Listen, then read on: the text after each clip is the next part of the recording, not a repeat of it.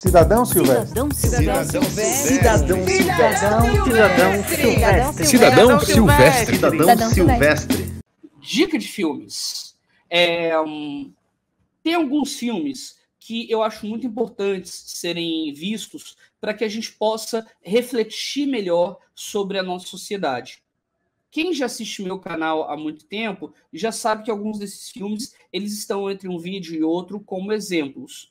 E eu vou tratar primeiro do filme que eu recomendei aqui para vocês, que é um alerta para a gente não ser passivo na nossa própria vida. Ou seja, a gente não tomar as atitudes contra quem ultrapassa nossos limites, contra atitudes abusadoras contra nós, e como a gente às vezes também tem medo de tomar decisões.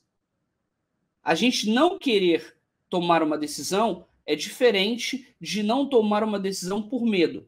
Então, a omissão também é uma posição. Então, o filme que eu recomendo para isso é... Como se chama mesmo? Vamos lá. Tratamento de Choque. O filme Tratamento de Choque eu recomendo bastante, porque esse filme ele trata de um cara que apenas quando muito pressionado é que ele toma alguma decisão. Só que aí ele toma uma decisão explosiva. Ele toma atitudes explosivas. Então ele é alguém que às vezes é passivo na própria vida e deixa que as pessoas abusem dele e ele mesmo acaba assim, se omitindo na vida. E aí Tratamento de Choque vai mostrar a vida desse cara e ele tendo um tratamento pouco ortodoxo por um terapeuta lá. E aí vocês vão entender mais ou menos como é que funciona. Um outro filme que eu recomendo muito chama-se O Preço do Amanhã. Em inglês se chama In Time. É um filme, olha só que curioso, gente. É um filme do início da carreira do Justin Timberlake. E esse filme, ele trata de uma maneira maravilhosa a ideia do dinheiro e do tempo. Por quê? Porque a premissa desse filme é, até os 25 anos, todo mundo tem um relógio no pulso. E esse relógio no pulso, ele marca um ano. E quando você completa 25 anos, o relógio dispara.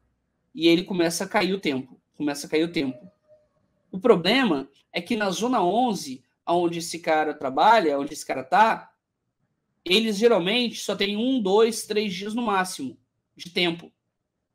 E o problema de ter só esse tempo de vida é que eles têm que correr contra o tempo para ganhar mais tempo para poder ter tempo de viver. Sendo que eles nunca têm tempo. Ou seja, eles estão sempre buscando mais tempo para existir. Essa é uma situação muito grave. E aí mostra como é que a gente trata a vida, o dinheiro e o que é viver. Quem é que vive correndo e quem é que vive devagar, com calma. Então esse filme é maravilhoso. Um outro filme muito bom também, que tem inclusive versão de série na Netflix, é O Expresso do Amanhã, que é basicamente uma situação pós-apocalíptica em que um trem ele está girando pelo mundo e ele está dando uma volta na Terra e só esse trem funcionando é que garante a liberdade, por assim dizer, ou a vida dos últimos cidadãos do mundo. E esse filme, ele trata de uma rebelião que acontece no último vagão, porque eles têm uma alimentação horrível e eles têm um tratamento muito indigno. E aí alguém começa a se rebelar. E aí começa uma luta para avançar para os vagões da frente.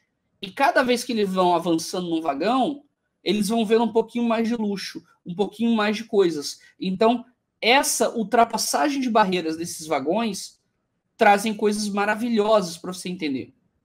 Então, recomendo muito esse filme. Mais um outro filme que eu recomendo pra caramba, Equilibrium.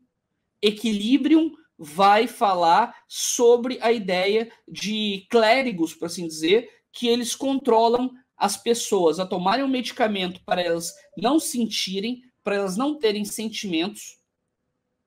E quem tiver sentimento tem que ser executado porque está sentindo. Então, esse filme ele trata de uma maneira maravilhosa sobre como é a sociedade e como nós somos controlados. O final desse filme, ele tem uma mensagem maravilhosa. Inclusive, quem quiser, depois manda um e-mail para mim no cidadãosilvestre@gmail.com e comenta o que achou do final desse filme, que aí a gente troca uma ideia também, tá certo? E se eu não responder o e-mail, encaminha novamente na outra semana, porque o volume de coisas que eu recebo é gigantesca. E também eu só paro para olhar as coisas após o trabalho. Então, tem esses poréns, né? Então, esse é outro filme que eu recomendo.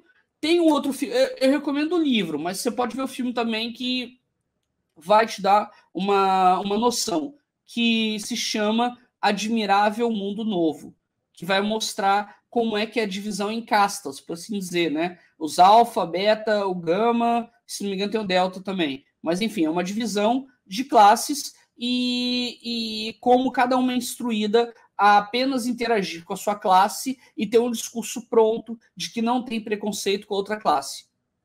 Então, essa é a forma com que eles trabalham. E eles quebram alguns conceitos e tal, e eles vão usando uma coisa no mundo que meio que... Enfim, vocês vão entender as histórias. Vai quebrar um monte de coisas na cabeça. Tem um outro filme que, para quem é mais novo e ainda não assistiu, eu recomendo muito que assista, que obviamente todos já devem conhecer aqui, mas é importante falar, que é Matrix. Matrix é um filme fundamental. Obviamente que o 1 é o filme filosófico. O 2 e o 3 são história para continuar, ou seja, o cara só pensou no primeiro, deu lucro, fez os outros dois. Mas o primeiro, ele é essencial. Ele é essencial para debater filosofia, para debater sociedade, para a gente entender como é que a coisa funciona. Tá certo? Por exemplo, tem um personagem no Matrix que ele tá cansado das coisas, ele sabe que ele não tá comendo um bife, mas ele quer ser alienado de novo.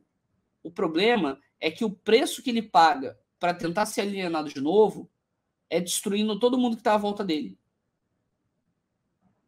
Será que vale a pena a gente quebrar a nossa sociedade em benefício próprio?